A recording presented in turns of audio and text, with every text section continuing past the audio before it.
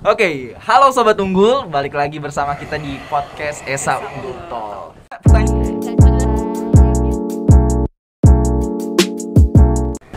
Kita kedatangan siapa nih, Za? Kita kedatangan dosen dan mahasiswa dari salah satu Jurusan yang jurusan keren ya? yang sekarang itu di dunia industri lagi happening banget. Hype banget ya. Hype banget. Lagi dicari-cari banget deh pokoknya. Ya, kemarin juga kita udah sempet dapat informasi juga dari podcast sebelumnya, itu dari teman-teman dari HMJ DKV. Iya, dari Nah, organisasinya. sekarang kita langsung kedatangan Kaprodi dari DKV-nya sendiri dan Betul. salah satu mahasiswanya. Oke, Betul. mungkin perkenalan dulu dari Bapak.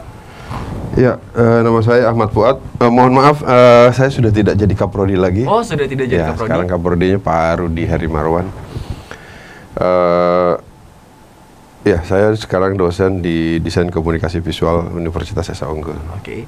Kakak? Oke, kalau saya namanya Anang Hardiatna Hmm. dari jurusan DKV angkatan 18, sekarang semester 6. Oke, berarti satu angkatan sama kita nih, Za. Iya, satu angkatan ya sama kita ya.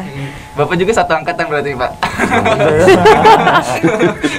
Oke, Pak. Berbicara tentang DKV kemarin kan dari segi apa ya? Segi organisasinya di Iya, di buat lingkungan event DKV itu apa. seperti apa dan sebagainya. Mungkin kita sekarang lebih menjurus kepada jurusan DKV itu sendiri. Menjurus kepada jurusan DKV itu jadi gitu banget ya, bahasanya.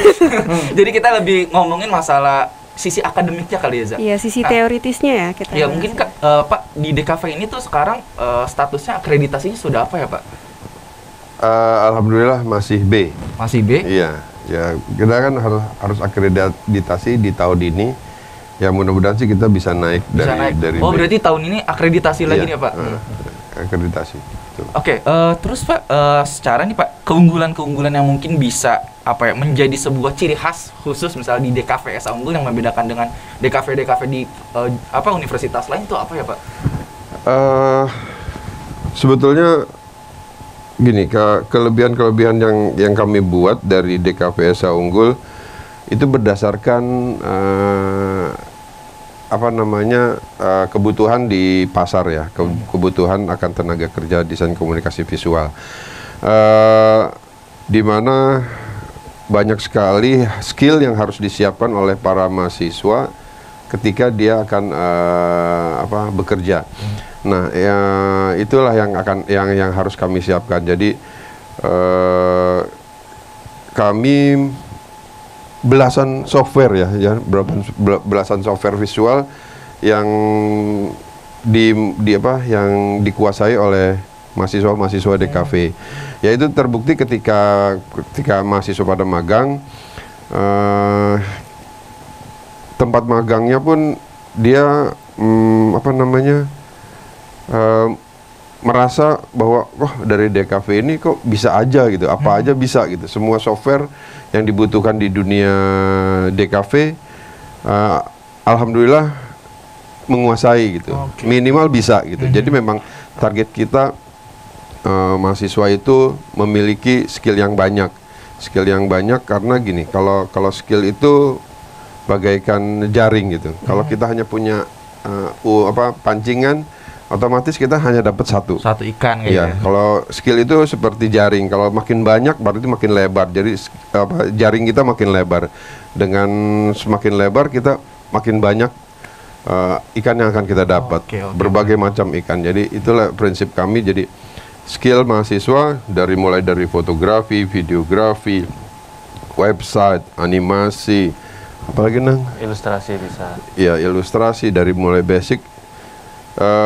Sekarang UI UX dan sebagainya. Jadi mahasiswa disiapkan untuk bisa minimal mereka mengetahui proses kerja, bagaimana kerjanya, itu yang kami siapkan. Oke, berarti semuanya juga ya, Za? Iya, banyak ternyata ya yang dipelajari dari software-softwarenya ya. Ya, Kan jadi kita ibaratnya kalau sebagai misal- orang awam mah cuman ya udah satu gitu aja ya. Kalau kita kebiasaan makanya Canva doang, Pak. Iya. Pakai website Mentok gratis. di Canva doang, iya. Nah, kalau dari pengalaman Kakak sendiri gimana nih tentang jurusan DKV ini selama 6 semester berarti berjalan ya? Berarti Seperti udah apa? magang ya? Belum, masih belum. mencari. Untuk mencari. nanti semester depan kan Semester baru 7. KP. Oke, Ya, oke. kerja prakteknya nanti magang. Nah, benar kata Pak Fuad tadi yang mana di DKV ini diajarkan beragam aplikasi karena magang yang seperti saya tahu yang di industri kreatif itu requirement-nya banyak. Harus bisa fotografi, harus bisa videografi, harus bisa mengedit, mengasih efek, mengupload, membuat konten segala macamnya itu banyak. Bener. Ibaratnya di kafe ini jurusan Palu Gada, apa lu butuh gua ada. Waduh, istilah baru ya. Baru. Nah berarti kalau misalnya tadi kita ambil kesimpulannya berarti bahwasanya untuk jurusan DKV ini secara misalnya di Esa Unggul tuh mempunyai jejak relasi yang cukup besar juga ya Pak untuk bisa bisa merekomendasikan mahasiswa-mahasiswanya kepada dunia industri itu sendiri ya Pak. Iya, alhamdulillah sih gitu. Jadi karena ya kita berdiri tahun 2004 ya DKV Esa Unggul, jadi alumninya juga sudah cukup banyak dan kebetulan kalau dari angkatan 2004 mungkin sekarang posisinya sudah bagus juga ya karena sudah lama juga bekerja, dan itu banyak mengajak junior-juniornya untuk gabung di tempat kerja mereka. Wow. Ya jadi ya alhamdulillah lah. Jadi lulusan DKV Esa Unggul cepat dapat kerja ya. Nggak rata-rata tidak sampai 6 bulan mereka sudah bekerja, sudah dapat pekerjaan. Solid juga ya, Ja? Solid, karena juga dia mahasiswanya udah disiapkan ya sama dosen-dosennya sama tenaga pendidiknya untuk bisa menerapkan di dunia industrinya. Yang tadi Bapaknya sudah bilang minimal mereka tahu gitu ya. Ya berarti emang dari dulu udah solid juga. Kayak misalnya kita lihat lah DKV atau dari FDIK sendiri ketika PKKMB atau dulu mah kita EWD ya. Wah itu kan kompaknya minta ampun, apalagi ya juga. Oh ternyata kekompakan itu tuh dibawa sampai lulus juga. Alumni-alumninya pun tetap mengayomi mahasiswa-mahasiswanya untuk jadi ikut magang di situ ataupun ikut kerja juga di situ. Wah berarti keren banget nih. Nah betul. Kira-kira kakak sendiri mau magang di tempat mana nih? Udah ada target belum nih? Untuk saat ini sih mungkin baru desain grafis yang masih mengandalkan ilustrasi ya. Ilustrasi itu butuh nih untuk saat ini karena di kala orang-orang sulit keluar rumah, coba kita ilustrasikan ada gitu di tempat yang sepi gitu. Misalnya kita ilustrasikan tempat yang sepi itu menjadi ramai atau bagaimana. Kalau menurut saya minatnya di situ sih. Oke, siap ya. Berarti benar-benar harus mengasah imajinasi juga ya. Wah, kalau misalnya itu juga nih Kak, sekarang nih kan banyak banget desain-desain yang yang jadi ke bawah hype kayak gitu. Kayak misalnya udah dengar belum sih yang kolaborasi antara BTS dengan MCD. Itu yang dicari bukan makanannya, tapi tempatnya, packagingnya. Itu kalau menurut dari Bapak sebagai dosen dan sebagai mahasiswa, desain tersebut tuh emang seberapa ngefeknya sih desain terhadap gitu. Fanatik atau fanatisme dari orang-orang itu sendiri. Iya betul. Ya, memang sih ini juga tadinya saya pengen ngebahas itu di sini gitu ya. Kebetulan udah dipancing dulu. Kita jago mancing Pak, Pak. Iya, semalam kita habis ngebahas dengan mahasiswa mata kuliah DKV Packaging, desain kemasan. Jadi ada mahasiswa yang di WA grupnya, di WA grup kita, Pak, gimana nih kalau kita ngebahas yang lagi viral nih, kemasan McD BTS. Wah udah, akhirnya saya kesal, saya juga agak marah juga, makanya bikin kemasan itu, bikin anak DKV itu harus gaul, anak DKV itu harus tahu semuanya, mulai dari musik, film, pokoknya apapun kita harus tahu semuanya, karena kita harus jeli, jadi kita harus tahu apa yang akan tren atau yang sedang tren. Jadi desainer itu kalau bisa menciptakan tren gitu. Desainer itu harus bisa menciptakan tren. Jadi ini tim kreatifnya McD ini sangat tahu bagaimana kualitas BTS sekarang gitu. Kebetulan saya jadi ngikutin BTS karena istri saya di rumah saya jadi ngikut nonton Korea juga gitu, karena nonton sinetronnya sampai saya tahu sejarah BTS, saya tahu karena istri saya. Keren gitu. Juga. Ya sekarang dia bisa sampai di Amerika dan di itu jadinya, dan sampai juga ke Indonesia gitu dengan McD-nya BTS-nya itu karena tim kreatifnya yang sangat sensitif dengan sesuatu yang akan tren atau yang sedang tren. Nah, saya juga berusaha menggiring mahasiswa DKV Esa Unggul terutama untuk bisa mencari apa yang akan tren ya, dan sedang tren, itu kita kebiasakan gitu. Jadi kalau kayak misalnya kita memilih tokoh selebritis apa nih yang lagi tren sekarang, kan kalau itu banyak buru-buru lagi naik daun, buru-buru diambil sama sebuah produk untuk menjadi ikon produk mereka gitu. Nah, ini dibiasakan mahasiswa DKV itu bisa seperti itu gitu, bisa sensitif dengan kondisi yang ada. Ini kan tim kreatifnya, bayangin aja McD, kok bisa McD yang milih BTS gitu, padahal produk ada KFC, ada Burger King. Kenapa yang sensitif hanya McD gitu. Nah, itulah kehebatan tim kreatifnya McD, bisa memilih BTS yang menjadi ikon mereka. Dan ternyata kan walaupun meledak banget mereka mungkin bayar mahal banget gitu untuk BTS itu, tapi hasilnya kan subhanallah ya. Kita di di semua showroom McD itu ya kayak begitu gitu efeknya gitu, kalau sampai susah banget kita mau belinya gitu ya. Kalau kita susah duitnya ya. Iya benar juga sih Pak. Padahal icon tersebut tuh nggak ada ininya ya, dia kan berkaryanya lewat musik, terus lewat fashion stylenya dia, tapi kolaborasinya malah yang ngajak makanan gitu. Bener. Nggak kepikiran. Out of the box-nya gini. Out of the box tuh begini, kalau saya out of the box. Misalnya kalau kita naik motor nih, kita di belakang truk. Kan buntu tuh kadang-kadang, kita nyusul susah. Tapi yang di belakang kita, kok gampangan dia. Oh, berarti kalau kita mau out of the box, kita mundur dulu, kita tenang dulu, lihat dulu suasana. Oh, baru kita bisa nyusul itu mobil box. Nah, itulah out of the box. Jadi kita jangan, kalau udah buntu jangan di situ terus, kita mundur dulu, kita lihat dulu suasana. Nah, itu yang harus kita lihat. Oh, kesempatan apa yang bisa kita lihat. Jadi kalau kita lagi jualan makanan, jangan mikirin makanan mulu, kita mundur, apa nih yang bisa bikin, oh ada lagu tuh, oh ada musik tuh, oh ada grup band tuh. Nah, itu yang harus kita lihat, udah masukin ke sini. Kalau kita buntu di dalam makanan aja kan pusing gitu. Iya, benar. Makanya kita harus keluar. Nah, saya kadang-kadang membiasakan mahasiswa seperti itu, kita harus out of the box gitu. Iya, benar. Dalam menciptakan sesuatu yang lebih kreatif.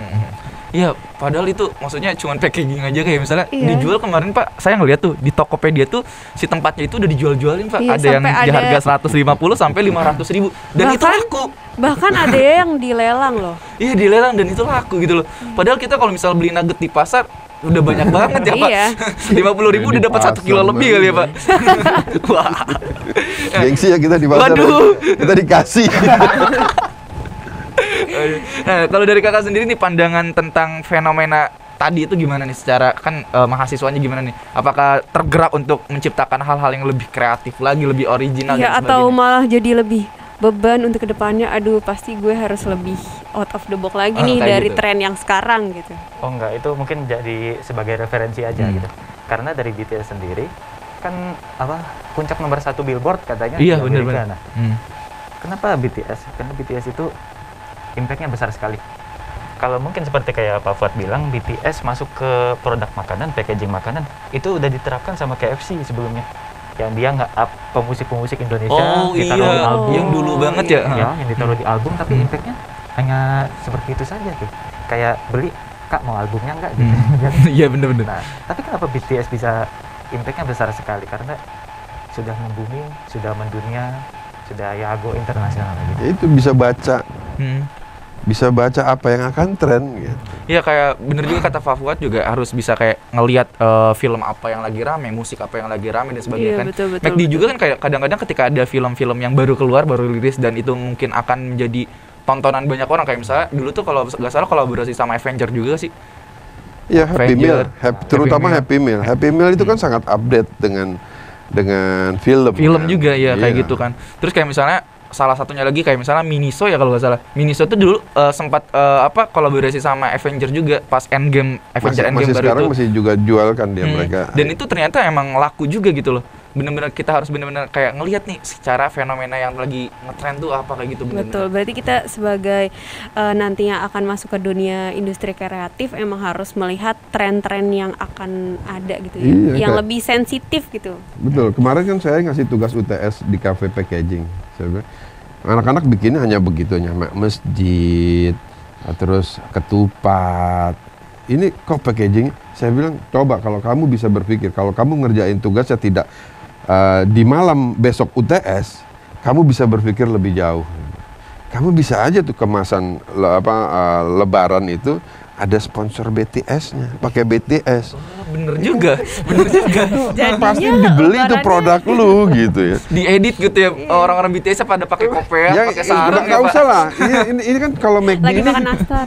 McD ini benar-benar tidak pasaran bikinnya. Dia hanya tulisan BTS. Lambang McD Tidak sama seperti lambang BTS. tidak seperti ada foto-fotonya yang Iya, yang nggak kamu dapet itu juga. seperti beli tempat air minum ada gambar BTS-nya atau termos air. Jadi dia cukup cuman dengan logonya saja gitu. Tulisan BTS tapi bisa. Itu kan sangat brilian gitu. bener-bener. Beriklannya tidak to the point ke nonjolin artisnya gitu. Tapi enggak cuma BTS doang. Kalau yang nggak tahu, ini behind the scene nih. Behind the scene apa gitu kan. Bener juga. Kalau yang nggak tahu kan BTS kan behind the scene kan. Buku tahunan sekolah juga bisa. Kalau orang langsung kenal kan yang BTS gitu. Oke, iya. Icon banget soalnya kayak gitu ya. Iya. Nah, terus Pak, kemarin tuh kita sempat bahas juga ya Pak. Kadang-kadang kalau misalnya di mahasiswa sendiri nih Pak, ada fenomena di mana ketika ada nih teman yang jurusan DKV, terus saya tiba-tiba bikinin desain ini dong, tapi gratis ya, harga temen dan sebagainya. Nah, pandangan Bapak sebagai dosen bagaimana Pak melihat Apakah hal Bapak seperti itu? sungguh tidak terima dengan hal itu, tapi sudah banyak. Sudah Pak. banyak banget terjadi Pak. Tergantung sih siapa yang minta. Kalau saya minta gimana Pak? Wah, nah itu beda cerita. Beda cerita dong. Ya, kalau saya sih sedih juga gitu. Saya juga kebetulan saya semester ini lagi ngajar DKV logo juga ya. Ya, saya menekankan ke anak-anak, ya janganlah gitu. Kenapa sih logo hanya dibayar 200.000? Logo kenapa dibayar dengan say thanks gitu? Kenapa logo dibayar tidak di bawah ya harga normal gitu? Ya itu saya bilang itu karena kalian tidak bisa mengemas logo yang kalian buat gitu. Jadi mereka bisa dibayar miliaran untuk sebuah logo, tidak menjual logo itu saja, tapi ada elemen lain yang dikasih ke klien. Nah, diantaranya adalah grafik standar manual GSM. Jadi mereka tidak hanya membuat logonya, tapi membuat media pendukungnya. Jadi kalau GSM itu grafik standar manual itu bagaimana meletakkan atau mengatur. Jadi buku GSM itu buku rumus cara meletakkan logo itu di berbagai media. Itu ada aturannya, mulai dari konsep logo, mulai dari kode warna, mulai dari ukuran yang boleh dan yang tidak boleh, terus kemudian meletakkan posisi logo itu di berbagai media, itu ada di semua di GSM. Dan kalau kita jual logo dengan paketan GSM itu yang mahal gitu. Kalau cuma logo yang dibuat hanya di sebelah klien, kurang biru, kurang besar, tarik kan ke kanan dikit. Nah, itu yang murah gitu. Tapi membuat logo itu harus berdasarkan survei, riset. Kita mengetahui sejarah perusahaan tersebut, visi misi perusahaan, target market, kompetitornya siapa. Nah, positioning statementnya dia berada di mana? Itu yang harus kita lakukan gitu. Nah, itu yang bisa kenapa logo dibayar mahal. Jadi gitu, kalau cuman logo tadi pasti kan kalau yang minta tolong teman kan paling ini bikinin dong gini. Oh ya udah bagus gitu. 5 menit 10 menit. Jadi ya iyalah, orang lu cuma ngerjain 10 menit mau bayar lu 50 juta. Nggak mau kan. Bener, makanya dibuat harus survei, riset dan sebagainya sebelum menjadi sebuah logo. Oke. Nah, dari kakak sendiri pernah gak tuh ada yang minta gitu loh, harga temen atau inilah sama temen masa bayar sih kayak gitu. Kecuali kalau saya nyuruh nggak apa-apa. Udah cerita itu lah. Pengecualian itu ya. Kalau minta ada yang teman yang bikinin, pasti ya yang tadi kakak bilang sendiri ya, harga teman. Baik lagi, saya ini teman kakak atau bukan misalnya. Oh, betul juga. Kalau saya temennya, saya dibayar pas-pasan sesuai dengan kerja saya dong harusnya. Tidak sesuai dengan harga teman. Dan juga apa yang dibuat itu kan sesuatu yang baru, sesuatu yang orisinil, autentik, dan bisa menjadi paten untuk dia sendiri. Yang saya buat dikasih ke klien, sudah jadi milik klien. Berarti itu dibeli dari saya dan harganya pun juga harus sesuai. Karena nanti kegunaan desain itu akan digunakan secara berkala, secara berkelanjutan. Terus-terusan bisa dipakai untuk apa dan segala macamnya gitu. Siapa tahu itu bisa jadi profit, dia yang untung juga. Dan saya juga untung karena desain saya digunakan sebagaimana mestinya. Benar-benar. Tuh teman-teman, berarti sekarang udah lebih jelas juga ya pembahasan tentang harga temen tuh gak boleh lah sebenarnya.